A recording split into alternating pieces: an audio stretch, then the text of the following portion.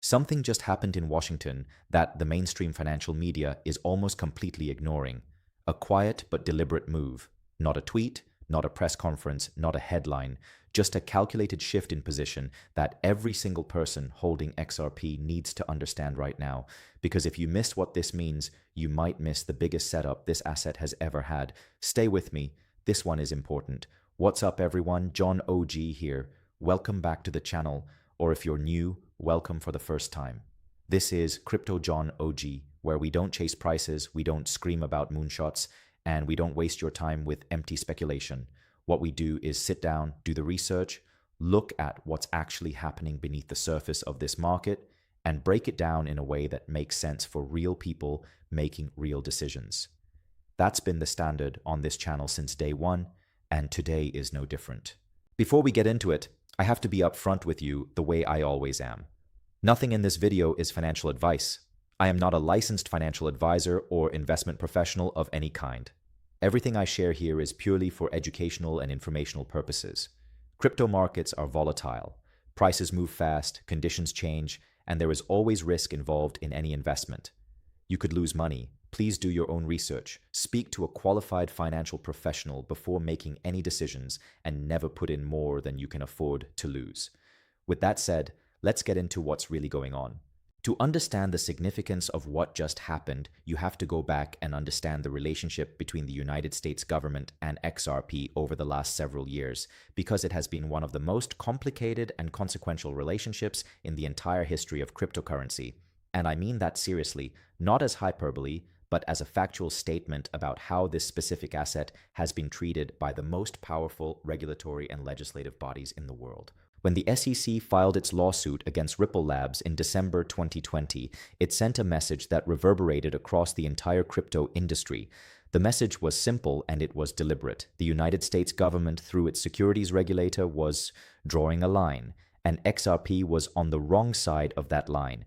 At least that was the position at the time. What followed was years of legal uncertainty, institutional hesitation, market suppression, and community frustration that tested the patience of even the most committed XRP holders. Banks that had been piloting Ripple's technology quietly stepped back. Institutional investors who had been watching closely pulled their interest off the table. The asset that many believed was positioned to become the backbone of global cross-border payments was essentially frozen in place by a legal cloud that refused to lift. And yet, the technology kept working. The XRP ledger kept processing transactions. Ripple kept building partnerships, kept expanding its network, kept developing its product suite in markets outside the United States where the regulatory environment was more welcoming. Japan, the United Arab Emirates, Southeast Asia, the United Kingdom, in market after market, Ripple was signing agreements, running pilots, and demonstrating real-world utility while the US regulatory situation remained unresolved. The rest of the world was moving forward while America stayed stuck. That contrast between what was happening globally and what was happening domestically is the foundation of everything that's changing right now. So what exactly is this secret move that the US just made? Let me walk you through it carefully because the details matter and the context matters even more. What we are seeing is not a single dramatic announcement. It is something more subtle and in many ways more significant. It is a coordinated shift in posture across multiple branches and agencies of the United States government toward digital assets broadly and toward XRP specifically. And when you understand how Washington actually works, you understand that a coordinated shift in posture is often more meaningful than any individual announcement because it signals a change in the underlying consensus, a change in what the people with power actually believe and intend to do. The first layer of this shift is legislative. Over the past several months, the conversations happening in Congress around crypto regulation have changed in tone, in substance, and in urgency in ways that are genuinely unprecedented. For years, the legislative approach to crypto was characterized by confusion, avoidance, and occasional hostility. Hearings were held, arguments were made, but nothing moved. The regulatory vacuum that allowed the SEC to operate with unchecked aggression toward crypto assets was left unfilled because Congress couldn't agree on the framework. That is changing. The push for comprehensive digital asset legislation, legislation that would define what a commodity is, what a security is, and where assets like XRP fit within that framework, has reached a level of seriousness and bipartisan support that we have not seen before. And the direction of that legislation is not hostile to XRP. In fact, it is arguably more favorable to XRP's legal position than anything that has come before it. The second layer is regulatory. The posture of the SEC itself has shifted meaningfully under new leadership. The aggressive, expansionist interpretation of securities law that characterized the previous administration's approach to crypto enforcement is being walked back. Cases are being dropped. Guidance is being revised. The philosophical framework that treated almost every digital asset as an unregistered security is being replaced by a more nuanced, more thoughtful approach that acknowledges the genuine complexity of this asset class. For XRP specifically, this means that the legal cloud that has been suppressing the asset for years is not just lifting, it is being actively dismantled by the very institution that created it. The third layer is executive. The signals coming from the highest levels of the executive branch regarding digital assets have shifted from skepticism and caution to something that looks increasingly like strategic embrace. The United States government is beginning to recognize what other governments recognized years ago: that digital assets and blockchain technology are not going away, that they represent a genuine transformation in how value moves around the world, and that American competitiveness in this space is a national interest, not just a financial market question. And within that strategic embrace, the assets and technologies that have demonstrated real utility, real institutional relationships, and real global adoption are the ones that stand to benefit most. XRP sits at the top of that list. Now, let me be clear about something, because intellectual honesty is non-negotiable on this channel. None of what I just described is a guarantee of anything. Regulatory shifts can reverse. Legislation can stall. Political winds can change. The history of crypto is full of moments that looked like definitive turning points and turned out to be false dawns. I am not telling you that XRP is going to a specific price or that any particular outcome is certain. What I'm telling you is that the structural environment surrounding XRP right now is more favorable than it has been at any point since before the SEC lawsuit was filed in December 2020. That is a statement about conditions and probability, not a promise about outcomes. What makes this moment different from previous moments of apparent optimism is the convergence of factors happening simultaneously. It is not just the legal picture improving. It is not just the regulatory posture shifting. It is not just the legislative environment becoming more favorable.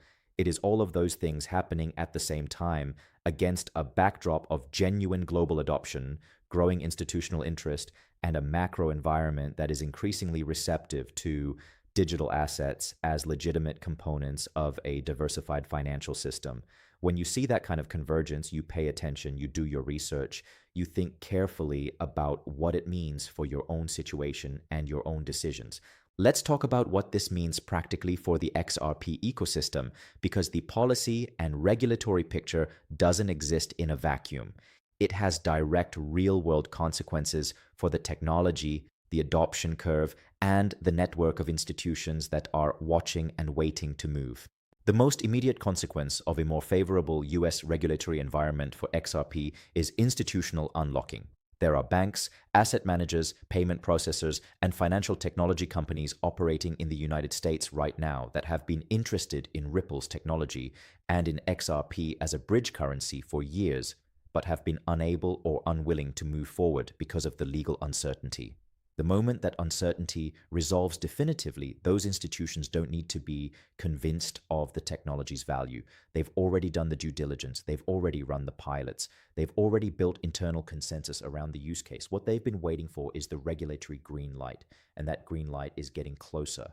The second consequence is international momentum amplification. Ripple's global partnerships and integrations have continued to grow even during the period of US regulatory uncertainty, but they've grown at a slower pace and with more friction than they would have otherwise, because the legal situation in the United States creates reputational and compliance complexity for international partners. As the US regulatory picture clarifies, that friction decreases.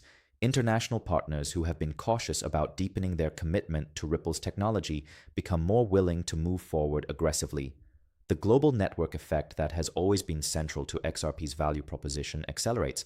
The third consequence is market structure normalization. One of the least discussed but most significant impacts of the SEC lawsuit was the damage it did to XRP's presence in the US market infrastructure. Exchanges delisting the asset, market makers pulling back, institutional custody solutions being withheld. As the regulatory environment normalizes, that market structure begins to rebuild. US-based investors regain access to the asset through regulated channels. Institutional custody solutions return. The liquidity profile of XRP in the US market improves, and all of that feeds back into the asset's ability to function as the global bridge currency it was designed to be. I want to spend a moment on the bigger picture here because I think it's easy to get lost in the details of regulatory filings and legislative language and miss the forest for the trees. What is actually happening right now, not just with XRP, but across the entire digital asset landscape, is a fundamental recalibration of how the United States relates to this technology. And that recalibration is being driven by something deeper than politics or regulatory philosophy.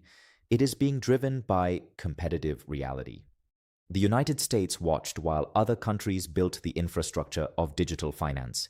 It watched while other jurisdictions created clear regulatory frameworks that attracted talent, capital, and innovation.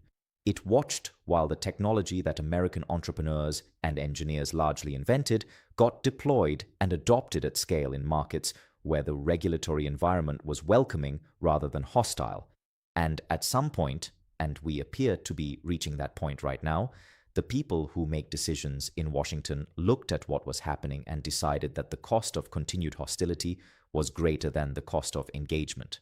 That is a profound shift, and it is the underlying reason why the move that the US just made on XRP matters as much as it does. It is not just about one asset or one company. It is about America deciding to compete seriously in the space of digital finance and recognizing that the technology Ripple has built and the role that XRP plays within it is worth embracing rather than suppressing.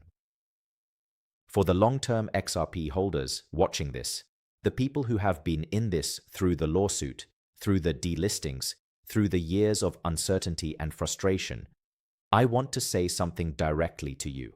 The patience you've shown has not been irrational. It has been grounded in a genuine understanding of the technology, the use case, and the long-term trajectory of global finance. The people who dismissed XRP, who wrote it off as a dead asset, who treated the SEC lawsuit as a death sentence, they were making a mistake that is now becoming increasingly visible. The thesis that serious XRP holders have always held, that this technology solves a real problem, that the global financial system needs what Ripple has built, and that regulatory clarity would eventually come, that thesis is being validated in real time. That doesn't mean the journey is over. It doesn't mean there won't be more volatility, more uncertainty, more frustrating days ahead. But it does mean that the foundation you've been standing on is real. And right now, for the first time in a long time, the external environment is starting to reflect that reality in a meaningful way. For the newer viewers who are just starting to look at XRP and trying to understand what all of this means, here is the framework I'd encourage you to use. Start with the technology. Understand what XRP actually does, how the XRP ledger works, what problem cross-border payments actually presents, and why XRP's approach to solving that problem is genuinely differentiated from alternatives. Then look at the regulatory history, not as a story of doom and recovery, but as a story of an asset that survived an extraordinarily hostile regulatory environment and emerged with its technology, its network, and its fundamental value proposition intact. Then look at where global finance is heading: the digitization of payments, the restructuring of correspondent banking, the emergence of central bank digital currencies. And ask yourself honestly where XRP fits within that trajectory. If you do all of that with open eyes and intellectual honesty, you will form your own informed view. And that view will be worth far more than anything any YouTuber tells you to think. That's going to do it for today's video. If this gave you a clearer picture of what's happening with XRP and why the US government's shift in posture matters so much, then it did exactly what it was supposed to do. Drop your thoughts in the comments below. I want to know what you think, what questions you have, and what you want me to cover next. I read every comment and I take them seriously. If you're not subscribed yet, now is a good time. Hit the subscribe button, tap the notification bell, and make sure you're here when the next update drops, because this story is moving fast and you don't want to be the last one to know. This is John OG. Stay informed, stay patient, stay rational, and I'll see you in the next one. Take care of yourselves out there.